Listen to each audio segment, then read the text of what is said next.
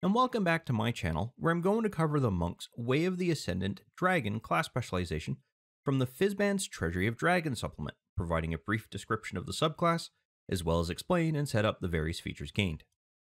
A monk who follows the Way of the Ascendant Dragon follows a tradition that Bahamut himself was able to create as a means to link monks much more closely to the magic of the world.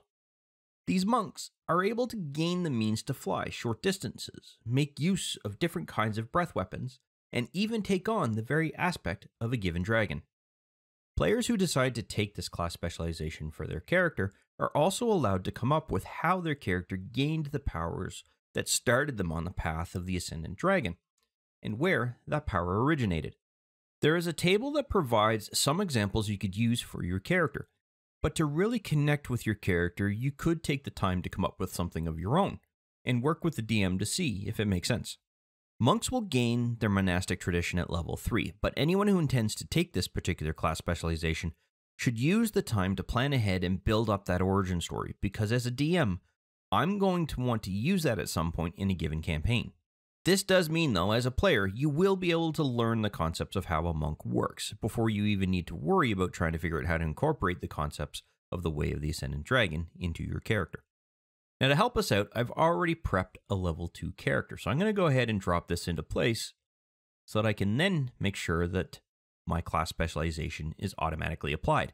Now, normally, you will be asked what specialization you wish to take, but because I only have Fizban's enabled, it automatically correctly selected the right specialization.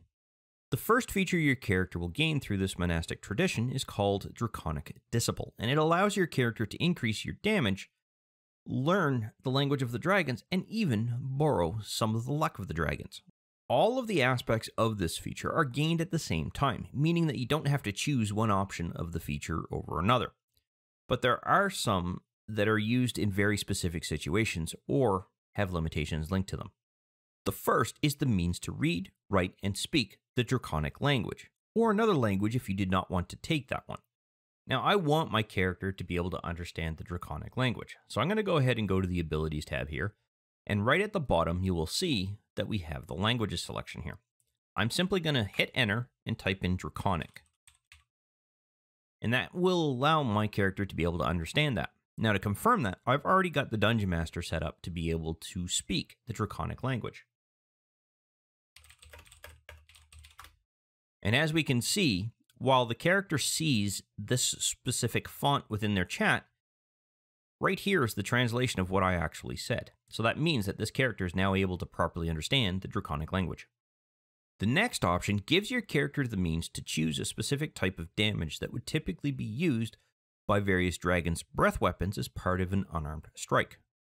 Instead of simply doing bludgeoning damage, or if you're using the martial arts weapon, whatever that damage happens to be, your character can choose acid, cold, fire, lightning, or poison damage types in its place.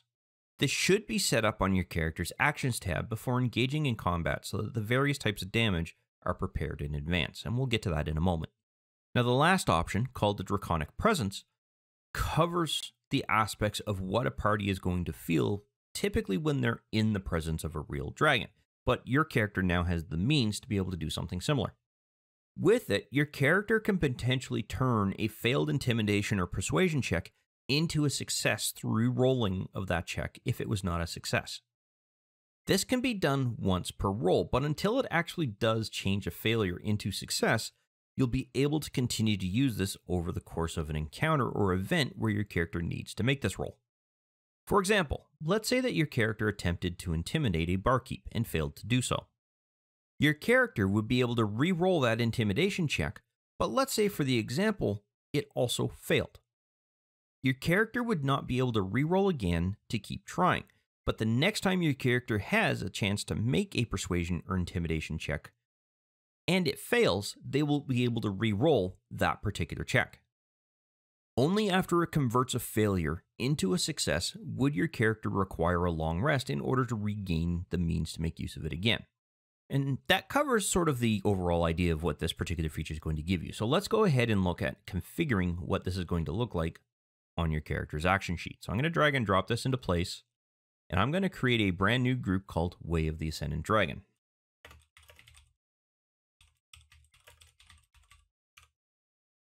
Now, before I do anything else, I am going to go ahead and modify this particular power group.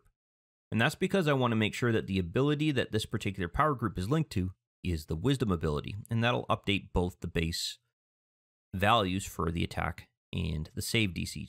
Now, the first thing I'm going to do is set up the Draconic Presence. So I'm going to rename this to be Draconic Presence, and seeing as Draconic is there, I'm just simply going to update this to be Presence. And then I am simply going to ensure that it has one daily use. Now remember, while this does have a single daily use, you can use it more or less over and over again until you actually convert a failure into a success, although it's not necessarily going to be of the same encounter. Now I want to go ahead and deal with Draconic Strike. What I'm first going to do is select and copy this power group. I'm then going to drag and drop this back into place and move it down into that same power group. I am then going to simply update this to be Draconic Strike. And that sets it up initially for what we want to do. Now, if you've watched the monk video, you will recall that an unarmed strike is not necessarily 100% unarmed when it comes to a monk. What it means is that you're either using an unarmed strike, which would be your fists or your feet, or you're making use of a monk's weapon, which is classified as a weapon for the purposes of being used with an unarmed strike. In this particular case, the sickle that I have up here qualifies for that particular type of weapon. And because of that, I'm going to go ahead and use this to showcase the different types of damage. Now, we can see here that the sickle does 1d4 plus 4 slashing. Most likely that is because it's making use of our dexterity bonus, which it is. I'm going to want to go ahead and set up 5 different damage types here. So I'm going to go ahead and create 5 new damage entries.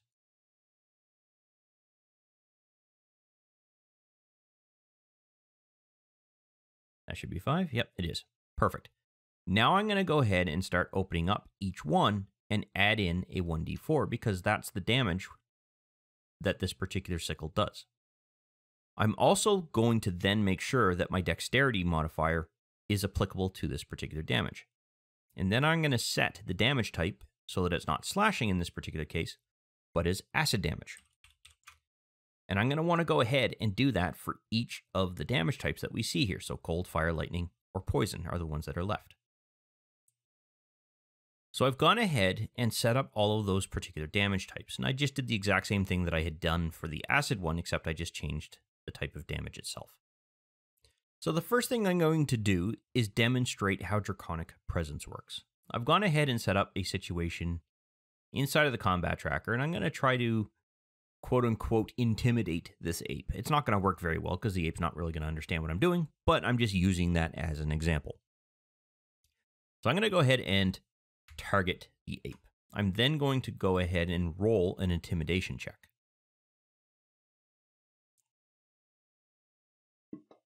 Which in this case is going to be pretty bad. That is most likely going to be a failure. So because of this particular feature, I can go ahead and re-roll that. That's better, but it's still a failure, which means that I do not lose the ability to use this again. Now let's say instead of a 10, my character rolled a 20. That would mean that this particular character would have gotten a 19 for that intimidation check. Chances are that would have been a success in relation to the ape. At that point, and only at that point, do you set that up as being used. That way, you now have to complete a long rest in order to be able to regain that particular use. Now, when it comes to Draconic Strike, I'm going to go ahead and untarget Ape 1, target the vampire, and then I'm going to make my attack roll. That's definitely a hit. But instead of slashing, I'm going to go ahead and set it to be fire. The whole amount of damage that I rolled got through to the vampire. There were no resistances that came into place. A vampire is weak to magic. That means anything that is magical will get through, and that's exactly what these damage types are. if I were to use this slashing damage here, at that point would you see the partially resisted one, because this is not a magic weapon, whereas these damage types are. And that's really all you have to do. There is no usage limitation when it comes to Draconic Strike. If you've hit, you can choose to roll it with this type of damage, and you get to do that at the time that you make the attack. Also at Monk level 3, your character is going to gain the Breath of the Dragon feature, which will grant your character the means to exhale a 20-foot cone or a 30-foot long, 5-foot wide line of magical energy that can do acid, cold, fire, lightning, or poison damage. This would replace one of your character's attacks during an attack action, and it cannot be used as a reaction and must be used on your character's turn.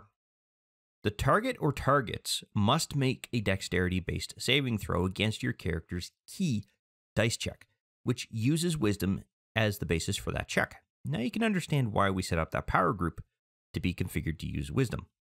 At the time that you declare that you're making use of the breath weapon, you get to choose whether it's going to be the cone or the line formation, thus giving you a little bit of flexibility when you make use of that particular capability. And if the targets fail the saving throw, they are going to suffer 2 dice rolls of your current level's martial arts dice, which at this level is 1d4, or they will only suffer half the amount of damage if they happen to succeed on their saving throw. When your character reaches level 11, they will be able to make use of 3 martial arts dice worth of damage versus the 2 that you get at this level. So there's a modest increase at that level on top of the modest increase your character will receive when their martial arts dice itself increases. The last point that I want to make about this feature is that your character will only be able to make use of this a number of times that is equal to your character's proficiency bonus before they will need to complete a long rest. Or they could go ahead and burn 2 key points and be able to make use of it again until those key points are all used up. What that does mean, though, is that there is now 2 potential ways that your character can make use of this particular feature, and we are going to want to ensure that we incorporate both of those ways or methods on your character's action sheet. Now, just one second here. I'm just trying to get a copy of that. I'm going to drop this into place and then make sure it's part of this power group for our first setup. Now, we already have a saving throw set up and configured. Unfortunately, it's incorrect because it's not using the right number of dice. What we want to do is simply pop that open and it will automatically update that particular saving throw. So that fixes that part. We still have to go ahead and add in our damage.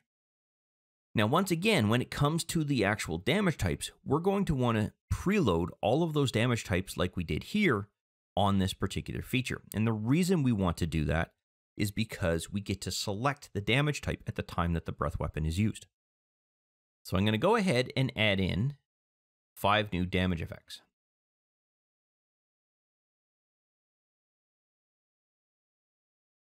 And then do the exact same thing that I did down here. The only difference in this case is going to be that I get to use 2 of my martial arts die. That means it's a D4, and I get to right-click once to add in a second dice. I'm then going to set this up to do fire damage. Unfortunately, I do not believe the actual dexterity modifier applies when it comes to the extra damage. And that's because the description clearly states that it is equal to 2 dice rolls of your martial arts die, and there's no additional modifiers that get added as part of that. So I'm going to go ahead and set up the rest of the damage types, and then I'll be right back.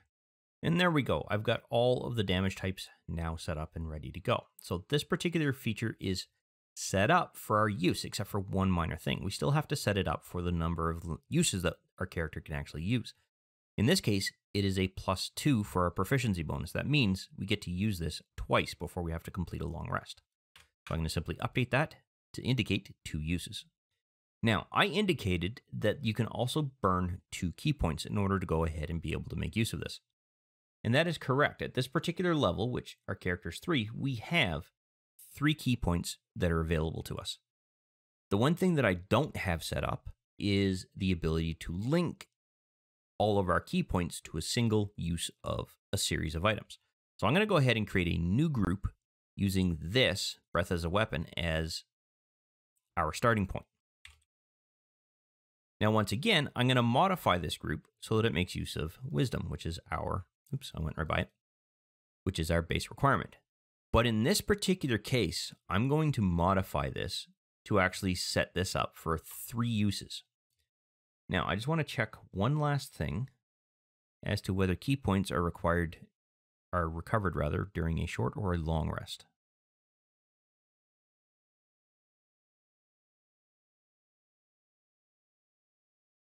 You must spend at least 30 minutes. So that means that your character can make use of a short rest in order to regain these key points back. Now, why did I go do it this way? I still have to link in the damage, and that is because of the following reason. Once I'm done using my free uses, if you will, the ones that you get through your proficiency usage, I then still have an X number of key points here that I can burn through. In this case, I only have 3, which means I can do this once.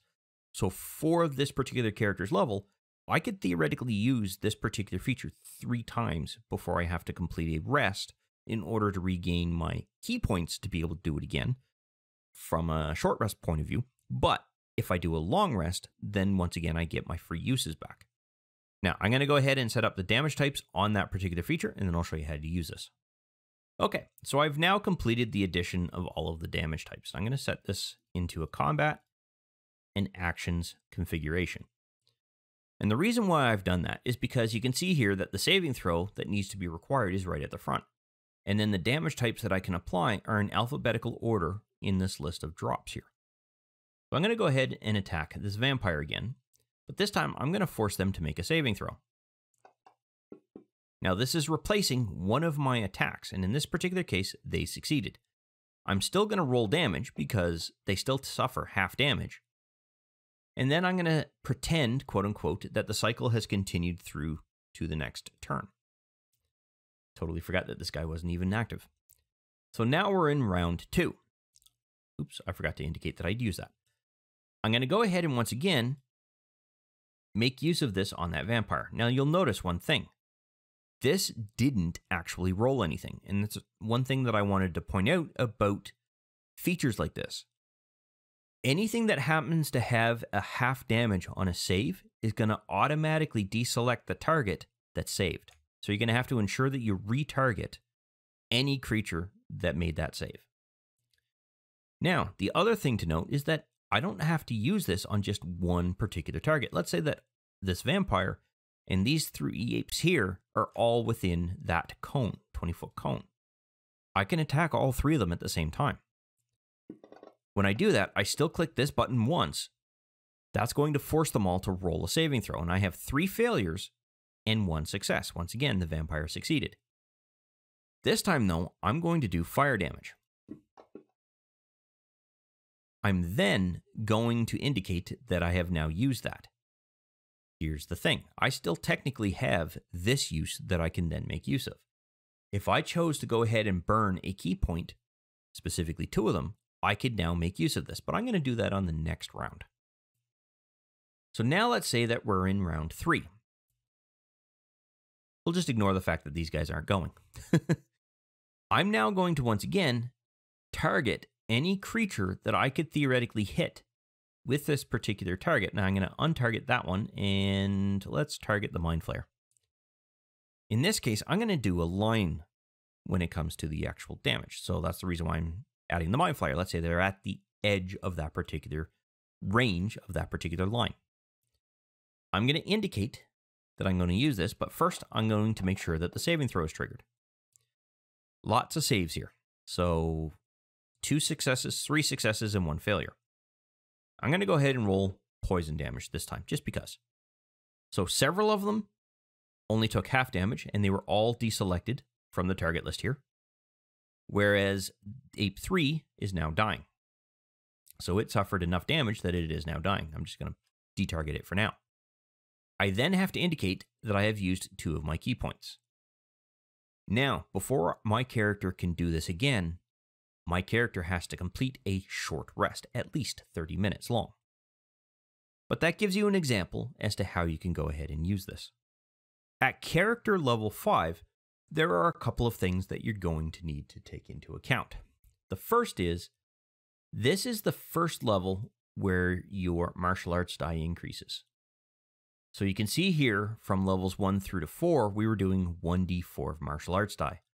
Now we're up to 1d6. Well, what that means is that any weapon that is classified as a monk weapon can now do 1d6 points of damage. So technically I could go ahead and update this, but I cover that in the monk video. I'm not going to worry about that here.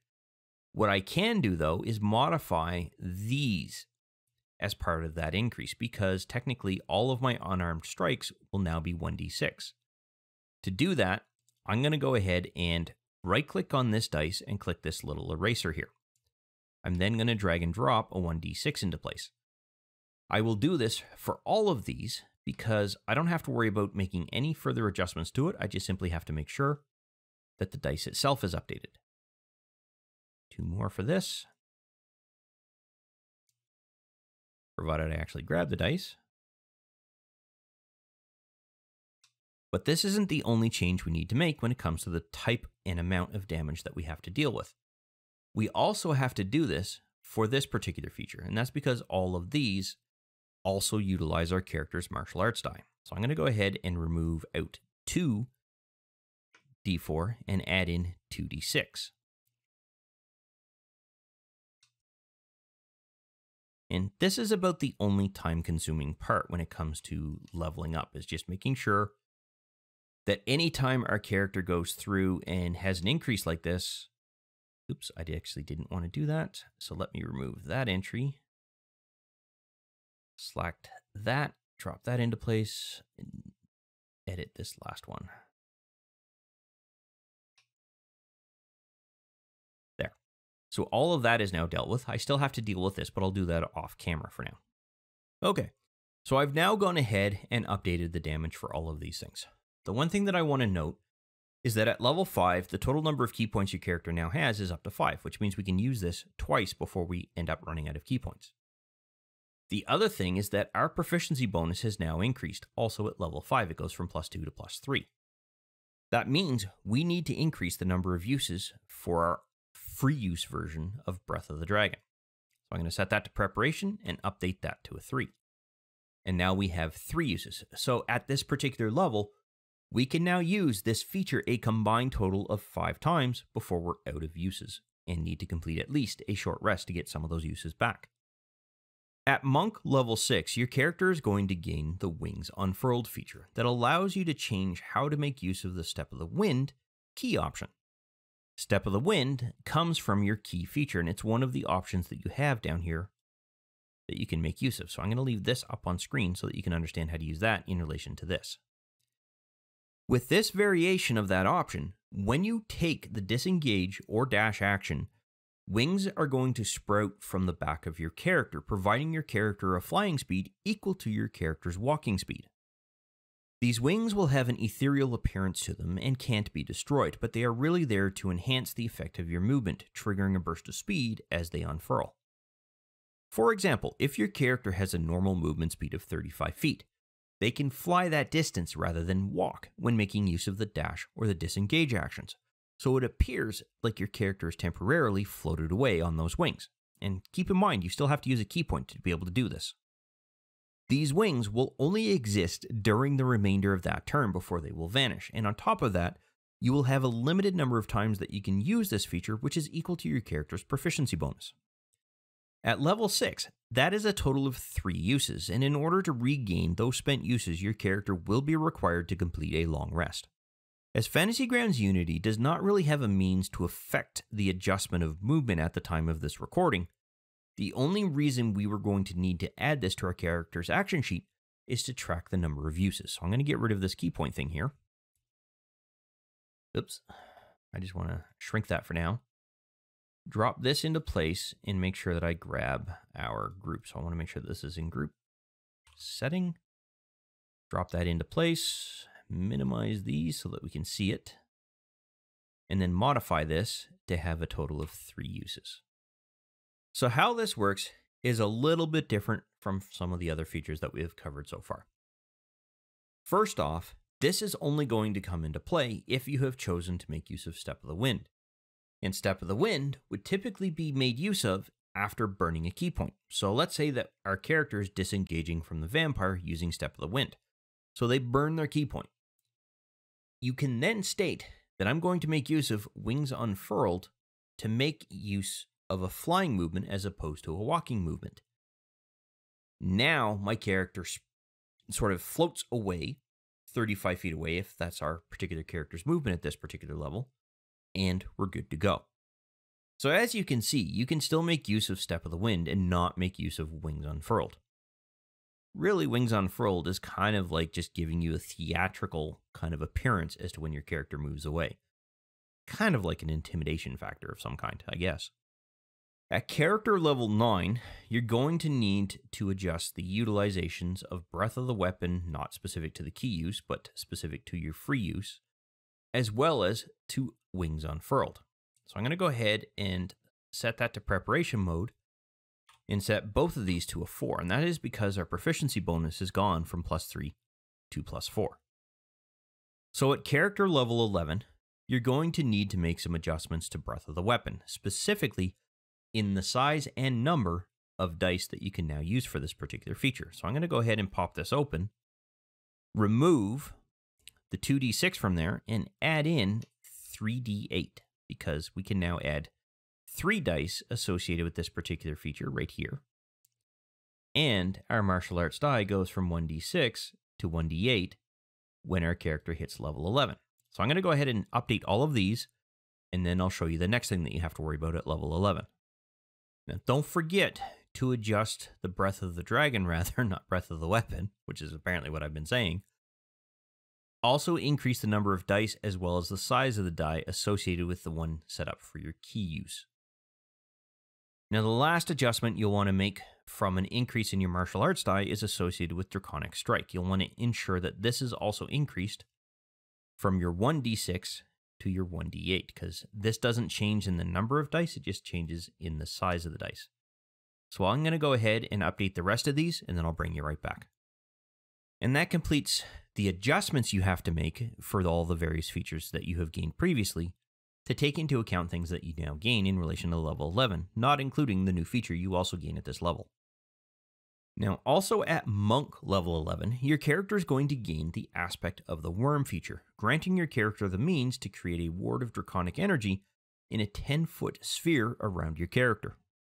This will last for a total of 60 seconds, and it is activated as a bonus action, and at the time that your character creates the ward, you will choose which of the 2 options you will be making use of.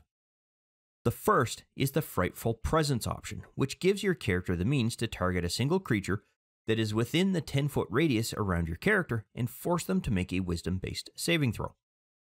As soon as you spawn the ward, this can be triggered, and for the next 9 turns, your character can do so again as a bonus action on each of those turns. Any creature that fails the saving throw will be frightened of your character for 1 minute or 60 seconds, but will be able to repeat that saving throw at the end of each of their turns until either the effect expires or they are successful in their saving throw.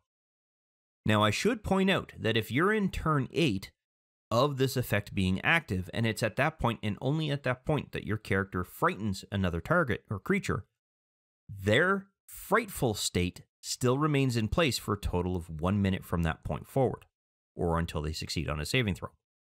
The frightened effect simply doesn't go away because your ward has gone away. The second option is called Resistance, and it allows you to grant resistance to a selected damage type for the duration the ward is in place.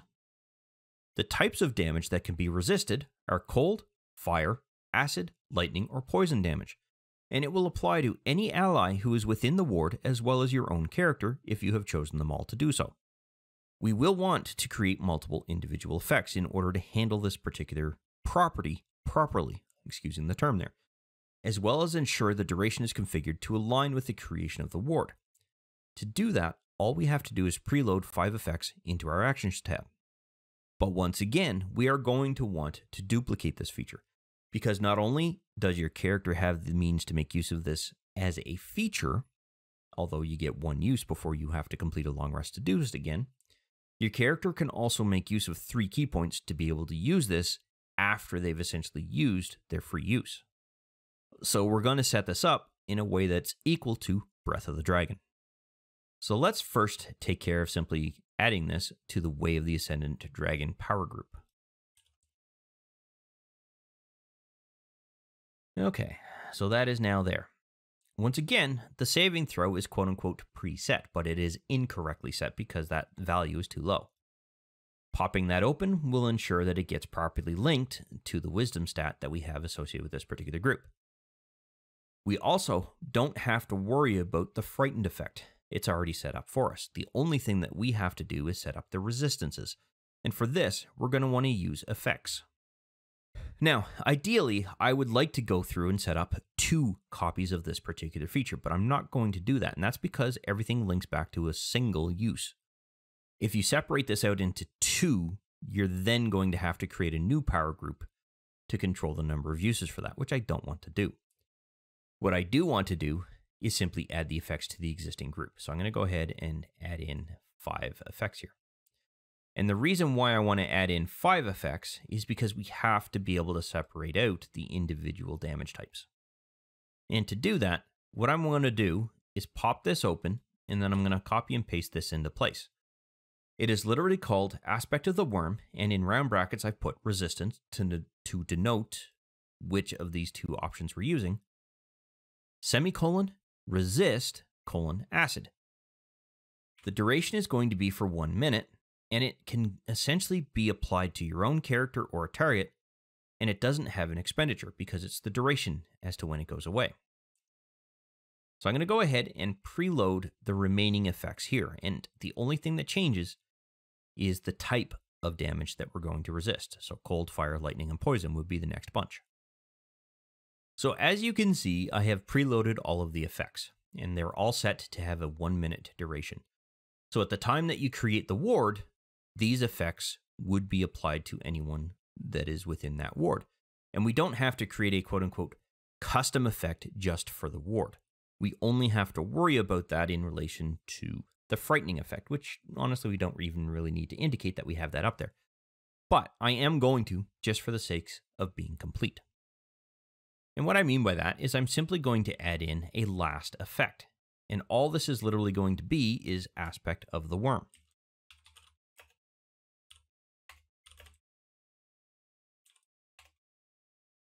But in brackets, I am also going to put Frightful Presence in place because it's going to denote to the Dungeon Master which of the 2 options I have chosen.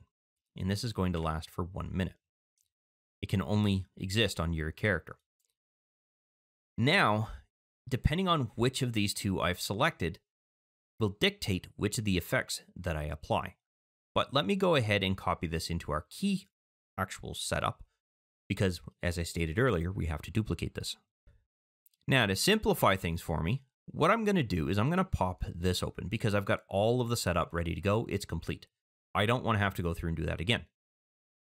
I can cheat by simply dragging this dragon icon into the key group. And you'll notice that we now have the Aspect of the Wyrm linked here with the appropriate number of key points, although that might actually be a little low. No, that's 11. So that's correct.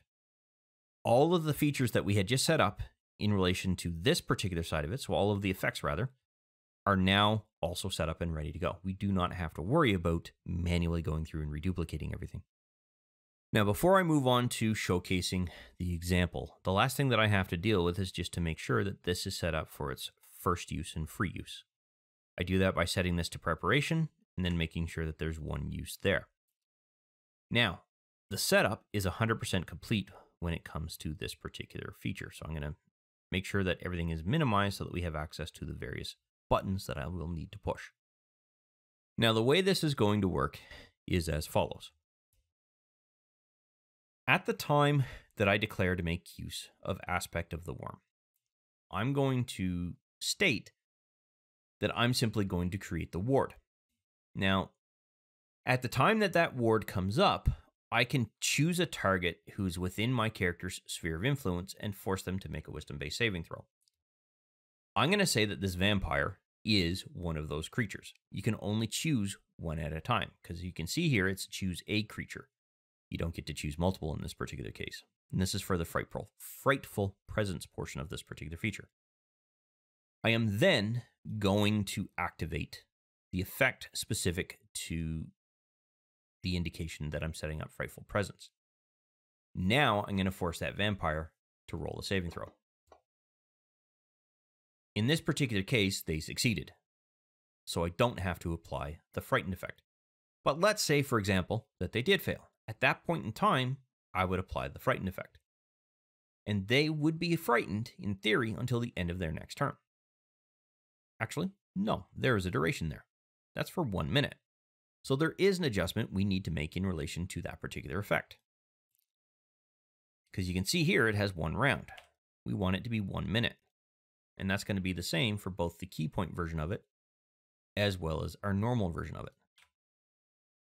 And this is why you playtest something like this, because you'll notice things like this when you go through and go, oh, oops, I need that. So I'm going to go ahead and remove this effect to ensure that when I reapply the effect, it has the right duration associated with it. And if I minimize that, you'll see that it has 10 turns here. Now, this vampire has the right and the ability to make a saving throw at the end of their turn. That means that if I move on from here to indicate that they are now going to go, when they have completed all of their actions, if you will, and they declare that their turn is done, you can actually have them roll another saving throw. If they succeeded, then the effect has to be removed. If they failed, then that effect will remain there until the duration itself cycles down, or until in any subsequent turn that comes after that, they aren't yet dead, they manage to make a saving throw. Now, let's say that you didn't make use of the Frightful Presence one, but the Resistance one. In that case, I am not going to want the vampire to be targeted. I am going to want all of my allies to be targeted before I apply this effect. I'm going to go ahead and select these 3 plus my own character, because I want to make sure that this gets applied to my own character. And then I'm going to say I want to be resistant to cold damage because there's a dragon on the field. So I'm going to go ahead and apply that effect to all of them. That means my own character gains this, the ape gains this, and the Hound of Ill Omen gains this. And if I minimize this, you will see that it will be around there for 10 turns. Excellent. Now, whenever my characters suffer cold damage, they will take half the amount of damage they would normally take, which theoretically should keep us alive a little bit longer against this adult white dragon, although at this level, we might still be able to survive it anyway. But that's essentially how you would go through and use it from this particular point of view. Now, I got to state that I've burnt my use. And in order for me to do so again, I need to be able to go ahead and burn through 3 key points. So in this particular case, I will have a total of 3 uses in addition to the 1 use that I have for my free use before I can no longer do so without completing some form of rest. At character level 11, we are going to want to ensure that we increase the number of uses for Breath of the Dragon and Wings Unfurled because our proficiency bonus has gone from +4 to +5. So I'm going to very quickly just go ahead and minimize the key point use of that, set this up for preparation, and go ahead and modify this from 4 to 5 for both of these particular skills. Whoops, apparently I entered 4. Come on, 5, 5. There we go. At character level 17, we have a number of things that we're going to have to go through and deal with. The easiest one that I'm going to deal with first is the number of increases for Breath of the Dragon and Wings Unfurled, the number of uses. Because our character has gone from a proficiency bonus of +5 to +6. So I'm going to go ahead and make that adjustment again. There we go. So that should be a 6 for both cases. On top of that, our martial arts die has finally increased for its last time. It's gone from the +8, or 1d8 that we've been using, to a 1d10. This means that Breath of the Dragon and Draconic Strike all have to be increased when it comes to the amount of damage that they do. So I'm going to deal with Breath of the Dragon first and modify this to initially be 3d10. And I'll have to go through and change all of these, so I'll be right back. And once again, don't forget to update the damage for Breath of the Dragon that is configured under your key profile. So I've now got both of those modified. The last thing that I need to deal with is change the Draconic Strike dice from 1d8 to 1d10. And I got to do this for all of these, so once again, I will make these adjustments, and then I will be right back. And the final feature that your character gains through the Way of the Ascendant Dragon subclass is going to happen also at level 17, and it is called Ascendant Aspect. This feature enhances some of the existing features that your character has already gained, as well as adds limited blind sight to your character. And the first enhancement is related to the Breath of the Dragon feature, where your character has the means to make use of that particular breath weapon. When your character makes use of a key point, the Ascendant Aspect feature will be augmented to enhance the ranges of the distance the breath weapon can travel, turning it from a 20-foot cone into a 60-foot cone, or turning it from a 30-foot long, 5-foot wide line into a 90-foot long, 5-foot wide line. And once again, you get to choose which of those types of attack your character is going to make use of, be it the cone or the line, at the time that you make that attack, as well as choosing the type of damage. On top of that, the damage is going to increase by an additional 1d of your actual martial arts die, which at this level would be 4d10 if they happen to fail their saving throw, and half of that if they made their saving throw. Now, I'm going to go ahead and take care of setting up Augment Breath now, and that is because it is linked only to your key capabilities. Oops. Meaning that your character would have to use this inside of this particular key expenditure, if you will, in order for it to function. So I'm going to drop this into place, and I'm going to move this down to key. Now we can see that Ascendant Aspect is here. And I'm going to unuse these for the time being. I'm going to pop this open, but I'm going to make some minor adjustments here. The first is that I actually don't want this effect here. I'm going to optimize this just a little bit. So I'm going to go ahead and delete this particular effect, and I'm going to add in a new one. And it's going to be uneffect as opposed to something else. I'm going to call this Augmented Breath, or Augment Breath.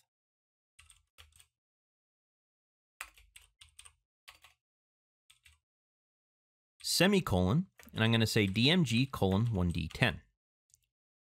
It's going to be on your character. It's not going to go anywhere else, and it's going to expire on the next roll. And you'll see why I've done that in a few minutes. Next, I'm going to go through and discuss the next particular option, which is Blind Sight. And as I said, the next enhancement is that your character now gains Blind Sight out to a distance of 10 feet, regardless of if your character is blinded or in darkness, and if the creature is invisible and within that range. The only way your character is not going to see a creature that is within that range and with Blind Sight enabled is if they are behind total cover, or the creature managed to succeed on a hide check and are invisible at the same time. Now, the good news for you is that this is a passively permanent change. So I'm going to go ahead and add this into place here. And I am simply going to call this, where is it here? There we go. Blind Sight. I am then going to delete the other effects that are associated with this, because they are not applicable to the Blind Sight capability of this particular feature. Minimize those just so we have a little bit more room. What I am going to do is add in a new effect, and I'm literally going to call this Ascendant Aspect, and in brackets, Blind Sight, semicolon, Vision, all in capital letters, colon, 10 for the range, and Blind Sight for the type. It can only go on your character, and it doesn't expire in any way, because there's no usage limitation to this, and it's a permanent adjustment.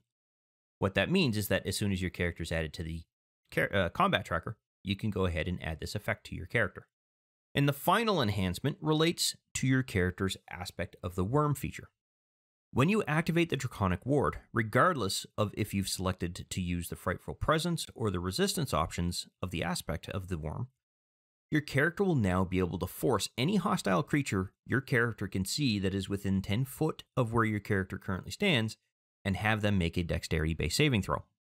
If they fail, they will suffer 3d10 points of either acid, cold, fire, lightning, or poison damage, which you get to choose at the time the effect is enabled. Now, the good news here as well is that none of these options that have been introduced by the Ascendant Aspect feature have a usage limitation applied by that other than the expenditure of a key point for Augmented Breath. However, the limitations come through from the underlying features that they then modify, specifically, for example, aspect of the Wyrm. You can only do that an X number of times. But now what I want to go ahead and do is set up the Explosive Fury capability here. And again, this is activated whenever you make use of aspect of the Wyrm, so we can simply add it to our primary group for the Way of the Ascendant Dragon.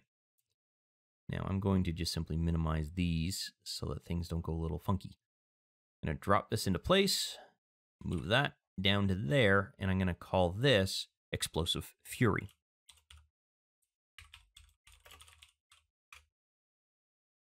Now, this is where the saving throw comes into play. So we can actually remove the saving throw when it comes to Ascendant aspect up here, and this actually should be Augmented Breath. Or Augment Breath. Because we're not forcing a new saving throw here. We're simply making use of the extra damage abilities that this particular feature applies. This, however, is going to cause us issues. And that is because when it comes to this particular effect, doing something like this would apply all of those types of damage. We don't want that. We want to actually break them up like we have with the other things. So I'm going to go ahead and do that.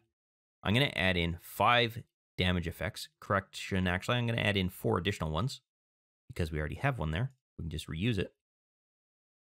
So that should be 4 new ones. I'm going to go ahead and pop this open, drop in 3d10, and set this to cold. I'm then going to do this for all of the others. And before I change this one, I will bring you back. So I've gone ahead and set up all of the other ones, and I'm just simply going to modify this one and eliminate all of the extra damage types that are in there. Everything else stays the same. The damage is going to be the same. I just don't want that extra damage to be there because I want to be sure that I choose the right kind of damage at the time that I'm using Explosive Fury.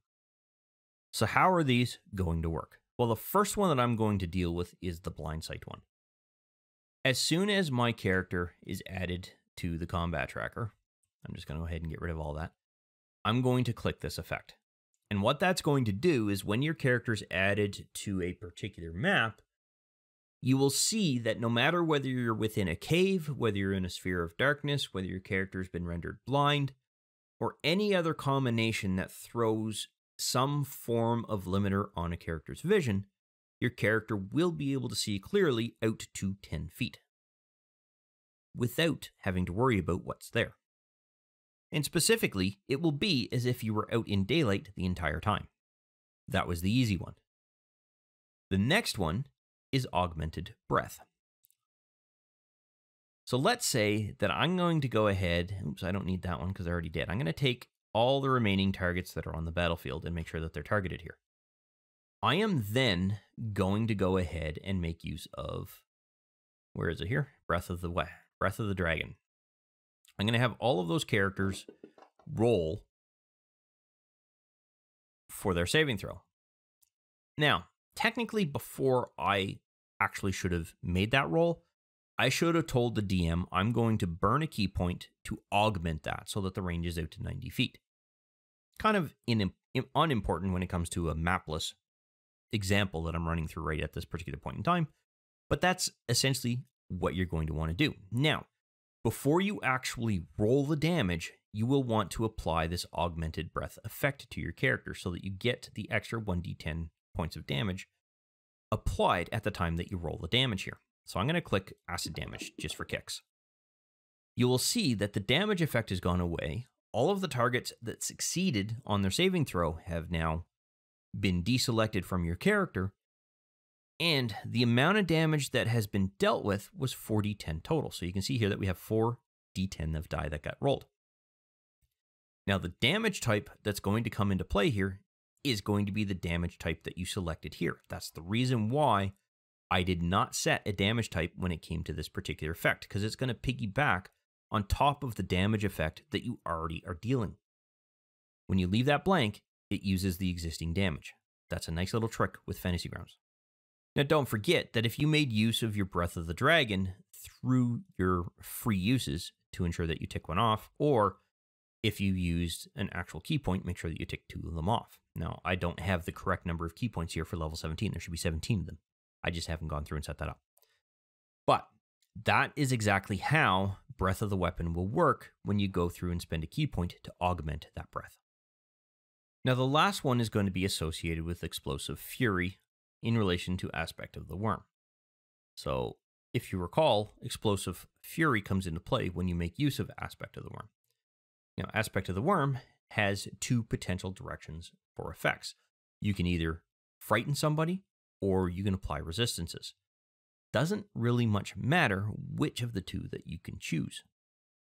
Or which of the two you choose, I should say. So, in this particular case, just for the purposes of an example, I'm going to go ahead and target all of my friendly characters here. Oops. Works better if I hit the right control key. And then I'm going to make sure that I deselect the Mind Flayer, Ape 4, and the Spectre, because I don't want this particular effect to apply to them. Once again, I'm going to add this to my character as well, and I'm going to make sure that it's cold resistance. I'm then going to deselect all of those particular characters, and let's say that the Vampire, the Spectre, and the Mind Flayer are all within the 10-foot range of the ward. So with those three targets selected, I'm going to go ahead and force them to make a saving throw. All of them failed. That means all of them are going to suffer whatever damage I throw at them. I'm going to do fire, just for kicks. And the Spectre is partially resistant to that, apparently. But anyway, had one or two of them failed, or succeeded on their saving throw, I should say. Let's see, can I get a success? Yes, I got a success. You'll see that they have been deselected here. And that is because this does not have a half damage aspect of it. They take either or. It's not a half damage portion. So only two of them are going to suffer damage. And that's going to be to the Mind Flayer and the Spectre. The Vampire managed to make their saving throw and thus doesn't suffer damage. Now, because I've used Aspect of the Wyrm through my free feature, I'm going to go ahead and burn that off. But this doesn't go away because technically I still have the uses that are available to me for Aspect of the Wyrm through my key points. Only once these key points are gone do I no longer have the ability to use the Explosive Fury portion of Ascendant Aspect. I've always felt that the monks needed this particular subclass specifically after watching a couple of videos where Bahamut was essentially portrayed as part of that video. Or movie, I should say. In this respect, once I heard the announcement that Fizban's Treasury of the Dragons was being published, I absolutely, with 100% certainty, knew that this was going to be one of the subclasses that was going to be added. In addition to that, there were recent novels that I'd also read that hinted at characters like this kind of existed and had this specialization, and I really wanted to see them get added into the 5e canon. And I'm happy that it has been.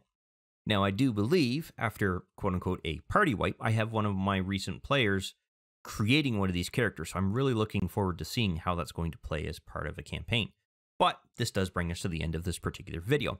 I hope you found it useful and informative, and I look forward to seeing you in the next one. I wish to thank you for taking the time to watch this particular video. I hope you found it informative and useful to familiarizing yourself with Fantasy Grounds in general, and that you had fun in the process. If you found the video useful and you liked the content of the particular video, go ahead and click that like button to let me know.